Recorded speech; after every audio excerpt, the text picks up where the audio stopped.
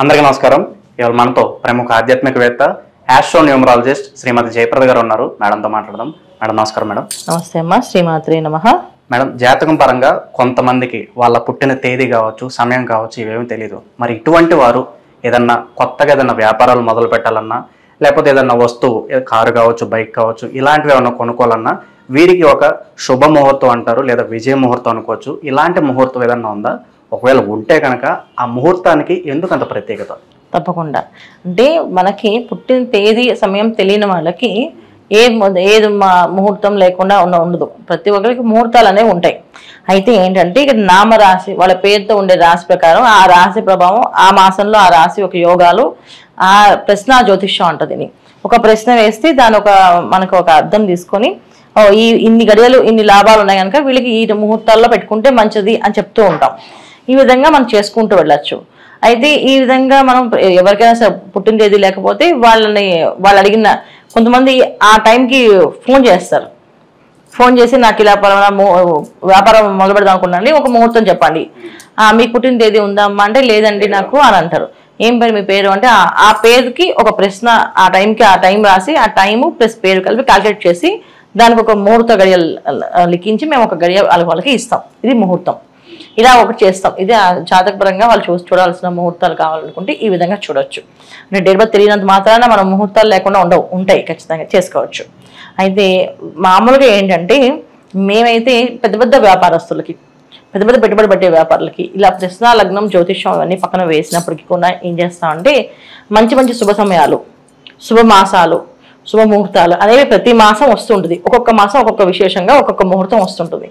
అలాగే అన్నిటికంటే బలమైన ముహూర్తము, అన్నిటికంటే అనుకూలమైన ముహూర్తము, అన్ని విషయాల్లో అంటే ఈ రంగం ఆ రంగం అని కాకుండా అన్ని రంగాల వాళ్ళకి అనుకూలంగా ఉండే ఒక ముహూర్తం ఏంటంటే విజయదశమి.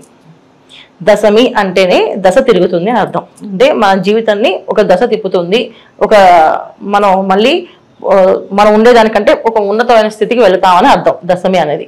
సో విజయదశమి అంటే విజయం వరిస్తుంది అని అర్థం.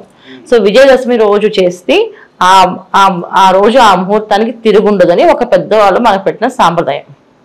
ఖచ్చితంగా విజయదశమి రోజు ఏ పని చేసినా అది దినదిన అభివృద్ధి అవుతుంది తప్ప మళ్ళీ కింద దిగడం అనేది ఉండదు. ఈ విధంగా విజయదశమి రోజు ముహూర్తం చేస్తుంటాం. సో విజయదశమి రోజు ఏమేమి వ్యాపారాలు చేసుకోవచ్చు అంటే అన్ని రంగాల వాళ్ళు మొదలుపెట్టి ప్రారంభం చేసుకోవచ్చు. విజయదశమి రోజు నవరాత్రులు, శరన్నవరాత్రులు పూర్తి చేసి దుష్ట సంహారణ అంతా అమ్మవారు వధించేసి ఆనందమయంతో తన్మయంతో సంతోషంగా నా పిల్లల్ని నేను కాపాడుకున్నాను, ఆ దుష్టులు ఎవరు ఇంక నా పిల్లల జోలికి రారు అనే ఆవిడ ఆనంద రూపంతో ఉంటుంది, ఆనందంతో ఉంటుంది ఆవిడ. అందుకని ఆ సమయంలో మన ఇంట్లో ఎవరైనా మన తల్లిదండ్రులు ఆనందంగా ఉన్నప్పుడు మన వెళ్ళి ఏదైనా అడిగితే వెంటనే ఇస్తారు కదా, తీసుకుపో అని చెప్పేసి ఆనందంలో ఏ పని చేస్తున్నా అది లెక్కలోకి రాదు కదా, ఇచ్చేస్తుంటారు. అలా అమ్మవారి దగ్గరికి మనం ప్రార్థన చేసి, అమ్మ నేను ఈ వ్యాపారం చేస్తున్నా, ఈ విధంగా నేను ప్రారంభం చేస్తున్నా, నాకు అనుగ్రహం కలిగించమ్మా అంటే ఖచ్చితంగా వరం ఇచ్చి తీరుతున్నాడు. అందుకే విజయదశమి రోజు ఏ పనైనా చేసేయండి, తిరగకూడదని చెప్తుంటాం.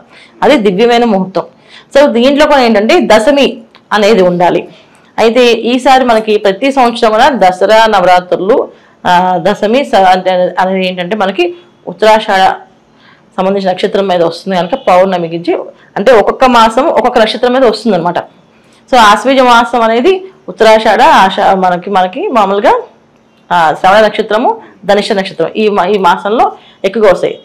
శ్రావణ నక్షత్రం మీద ఉన్నప్పుడు దశమి శ్రవణ నక్షత్రం శనివారం కలిసి వచ్చింది ఈ మాసంలో. మనకి శ్రవణ నక్షత్రము శనివారము ప్లస్ మనకి సాయంకాల సమయంలో అంటే చంద్రుడు పూర్ణ కళతో చక్కగా ఉండేటప్పుడు. ఎందుకంటే దగ్గరగా మళ్ళీ నెక్స్ట్ వచ్చేది పౌర్ణమి. అష్టమి చంద్రుడు అంతా పూర్ణ కళలతో ఉంటాడు, తర్వాత వచ్చేది పౌర్ణమి దశలో నిండు చంద్రుడు కనిపిస్తుంటారు మనకి. ఇలా చంద్ర కళలు, చంద్ర అనుగ్రహం ఉండే సమయంలో పనిచేసి ఇంకా దివ్యంగా ఉంటుంది. మామూలుగా విజయదశమి రోజు ప్రారంభం చేస్తే అది దివ్యంగానే ఉంటుంది. సాయంకాలం ఎప్పుడైతే ఈ లాభ గడియలు మనకి శుభముహూర్తాలు అని అనుకుంటాం కదా, అలాగా అనుకున్నప్పుడు నక్షత్రము నాదుడు శని మకర రాశిలో ఉంటుంది. శ్రవణ నక్షత్ర అధిపతి చంద్రుడు. సో చంద్రుడు ఒక అనుగ్రహం ఉంటే మనకేంటంటే మనసు స్థిరంగా మన చేతుల్లో ఉన్నట్టుంటుంది. ఎందుకంటే మనసు అనుకూలంగా ఉంటే మనం ఏ పని చేయగలం, మనసు ప్రతికూలంగా ఉందని ఏ పని చేయలేం. ఆ మనసు అనుకూలంగా ఉండే సమయం ఏదంటే దశమి రోజు. అశాంతి అనేది కలగకుండా మనశ్శాంతిగా మనం పని చేసుకోవడానికి వెళ్తూ ఉంటుంది. ఇది శ్రావణ నక్షత్రంలో ప్రారంభం చేస్తే. అంటే నేనేం చెప్తానంటే ప్రతి దసరాకి ఒక ముహూర్తం నిర్ణయించుకోండి. విజయదశమి రోజు చేసేయచ్చు, లేదా ఒక ముహూర్తం కావాలనుకుంటే ఖచ్చితంగా ఒక ముహూర్తం నిర్ణయించుకోండి. ఈ విజయదశమి రోజు చాలా మందికి ఏంటంటే వ్యాపారస్తులకి డేట్ ఆఫ్ బర్త్ సరిగ్గా తెలియని వాళ్ళు మీరు ప్రారంభం చేస్తే ఒక సంవత్సరం ఆగండి, ప్రారంభం చేయండి. అదే దసరా దగ్గరలో ఉన్నారనుకోండి చక్కగా ఆగండి, ఆ దసరా నెలలో విజయదశమి రోజు ప్రారంభం చేయండి చెప్తుంటాం.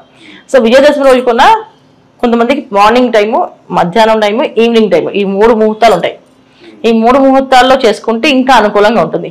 సరే వ్యాపారాలు బట్టి అంటే కొంతమంది ఆయుధపు అంటే సంబంధించి అంటే ఏమంటారంటే దాన్ని ఎలక్ట్రానిక్స్ సంబంధించినవి, ఇలాంటి వ్యాపారస్తులు అందరూ కూడా మధ్యాహ్నం సమయంలో అనుకూలంగా ఉంటుంది. అంటే ఎలక్ట్రానిక్స్ సంబంధించిన రంగాలు అంటే సినిమా రంగంలో, మీడియా రంగంలో, కెమెరాలతో వర్క్ చేసే వాళ్ళు, ఇవన్నీ కూడా ఎలక్ట్రానిక్సే కదా మొత్తం టోటల్గా.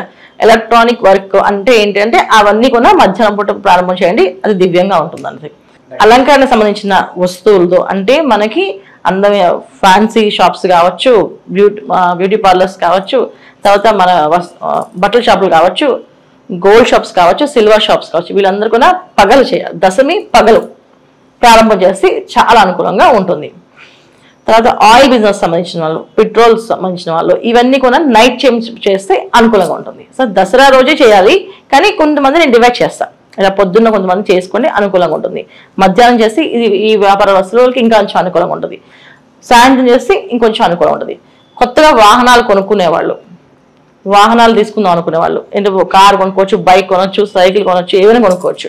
ఈ కొనుక్కునే వాళ్ళందరూ మధ్యాహ్నం కూడా చేసుకొని చెప్తాం. మధ్యాహ్నం తీసుకొని బ్రహ్మాండంగా పనిచేస్తుంది. ఈ విధంగా దసరా రోజున అంటే ఆ రోజు ఏ పని చేసినా అన్ని అనుకూలమే. కాకపోతే ఏంటంటే దానికి ఒక ముహూర్తం కావాలి అనుకుంటే నేను కొన్ని విషయాల్లో ఒక్కొక్క మాసంలో నక్షత్రాలు, ఆ లగ్నాలు అవి కొన్ని చూస్తుంటాం. అయితే ఈ విజయదశమి రోజున చేయాలనుకుంటే ఎవరైనా సరే సాయంకాలం ప్రదోష కాలంలో 5 నుంచి 7 లోపు చాలా మంచి విశేషమైన లాభ గడియలు, శుభ గడియాలు, విజయ ముహూర్తమే ఖచ్చితంగా. ఎందుకంటే శ్రావణ నక్షత్రంతో కూడి ఉంది. నిండు చంద్రమామ చక్కగా కళలు, చంద్ర కళలు కనిపిస్తూ ఉంటాయి. తర్వాత శనివారం వచ్చింది, వెంకటేశ్వర స్వామి అనుగ్రహం కూడా కలుగుతుంది మనకి. శని భగవాన్ ఒక అనుగ్రహం కూడా, అంటే ఆలస్యం ఆటంకాలు జరగకుండా ఉంటాయి వీళ్ళ అనుగ్రహం ఉంటే మనకి. ఇవి కానీ జరిగే అవకాశం ఉంది. సాయంకాలం 5 నుంచి 7 లోపు ఏ పనైనా ప్రారంభం చేయండి, అద్భుతంగా పనిచేస్తుంది, ఖచ్చితంగా బాగుంటుంది. సో ఈసారి ఈ మాసంలో అంటే విజయదశమి బ్రహ్మాండంగా ఉంటుంది. కానీ విజయదశమి ఏ మాసం ఏ ఇయర్, ప్రతి ఇయర్లో ఒక్కొక్క రోజు ఒక్కొక్క ముహూర్తం ఉంటుంది కదా. ఈ రోజు మాత్రం విజయదశమి రోజు ఈ పని చేయండి, బ్రహ్మాండంగా పనిచేస్తుంది. డేట్ ఆఫ్ బర్త్ లేని వాళ్ళకు కూడా కొత్త పనులు ప్రారంభించడానికి అనువైన ముహూర్తం ఏదో చాలా బాగా వివరించారు. ఇప్పుడు డేట్ ఆఫ్ బర్త్ తెలియని వాళ్ళకి ఈ ముహూర్తం చూసుకుంటున్నాం మనం, డేట్ ఆఫ్ బర్త్ ఉన్న వాళ్ళకి ఈ ముహూర్తం కలమని చెప్తున్నారు. ఇప్పుడు మన జాతకంలో యోగం లేదు ప్రస్తుతం, ఇప్పుడు ఈ మాసంలో వ్యాపారం మొదలు పెట్టకండి, మీకు కొంచెం అనుకూలంగా ఉండదు, ప్రతికూలంగా మారుతుందని చెప్తుంటాము. కానీ వాళ్ళకున్న విజయదశమి రోజు ప్రారంభం చేస్తే అనుకూలంగానే ఉంటుంది, అది ప్రతికూలంగా మారదు. జాతకాన్ని కూడా తిరగ రాసేది విజయదశమి. అంటే దశమి అని, విజయదశమి అంటే మన విజయాన్ని వరిస్తుంది అర్థం. అంటే దీంట్లో డేట్ ఆఫ్ బర్త్ కాంబినేషన్స్ ఉన్నా లేకపోయినా, జాతకం ఉన్నా లేకపోయినా చేసుకోవచ్చు. ఉన్నవాళ్ళు చేసుకోవచ్చు, లేని వాళ్ళు చేసుకోవచ్చు ఈ విజయదశమి రోజు. ఈ విజయదశమి ముహూర్తం అనేది బలమైన ముహూర్తం. ఎందుకంటే అర్జునుడు విజయాలు సాధించిన రోజు అనమాట ఇది. పాండవులు విజయం సాధించుకొని సమీవృక్ష పూజ చేస్తాం, సమీ పూజ చేస్తాం కదా. సమీ పూజ ఎందుకు చేసుకుంటాం, దానివల్లే చేస్తాం. ఇది ఆ సమీ వృక్షంలో పూజ చేసి అది తీసుకొస్తే మనం కూడా ఈ సంవత్సరం అంతా అన్ని విజయాలు సాధిస్తామని అర్థం. దాని గురించి మళ్ళీ వివరంగా ఇంకోసారి చెప్తా, కానీ మీకు మామూలుగా చెప్తున్నా. సమీ వృక్షాల దగ్గర పూజ చేసేది కూడా ఎందుకంటే ఇక ఈ సంవత్సరం నుంచి వచ్చే సంవత్సరం వరకు మనకి ఏవి తిరుగు లేకుండా అన్ని పనులు విజయవంతంగా అవుతాయని అర్థం అనమాట. అందుకే తీసుకొస్తాం, అందుకే చేస్తాం పూజ. కొత్త పనులు ప్రారంభించడానికి అనువైన ముహూర్తం ఏదో చాలా బాగా వివరించారు మేడం. మీకు కూడా దసరా శుభాకాంక్షలు. నమస్కారం మేడం. సో ప్రేక్షకులందరికీ దసరా శుభాకాంక్షలు అమ్మా.